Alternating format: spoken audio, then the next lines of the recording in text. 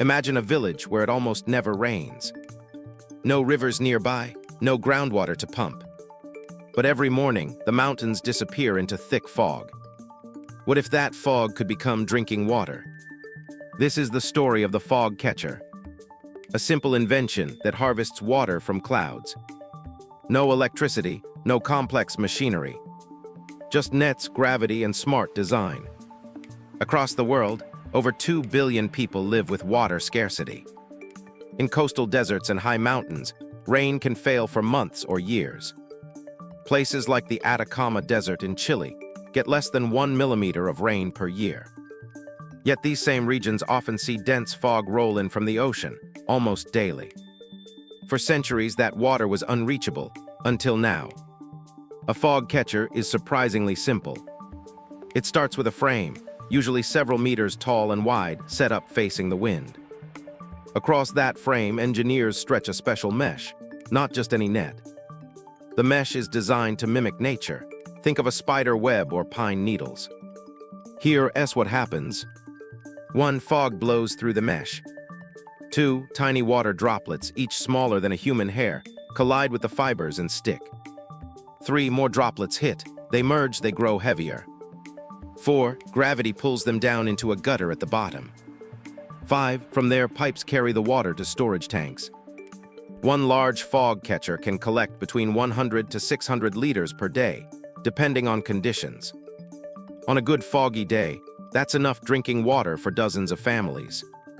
The idea isn't new. Ancient people collected dew with stone piles. But modern fog catchers began in Chile in the 1980s. In the village of Chungungo, fog nets ended decades of water trucking. Today, you'll find them around the world. In Morocco's Anti-Atlas Mountains, the world's largest fog collection project serves 15 villages. In Nepal, schools use fog water for toilets and gardens. In Peru, farmers use it to grow aloe vera in the desert. And in California, researchers are testing fog nets to fight wildfire drought. But it's not as easy as putting up a net. Wind speed matters. Too slow and fog passes around it. Too fast and droplets get blown off. Mesh type matters. The best materials capture water but also let it drain quickly so droplets don't clog the net. Location is everything. You need consistent fog, the right wind direction, and high elevation. That's why scientists use drones, weather stations, and computer models to find perfect sites. New designs use 3D printed mesh inspired by desert beetles. Some even use electric fields to pull more water from fog. Climate change is making droughts longer and more extreme. Groundwater is disappearing. Glaciers are retreating. We need new sources of water, and we need them fast. Fog catchers won't solve the global water crisis alone.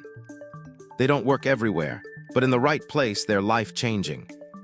They're cheap to build, easy to maintain, and completely off-grid.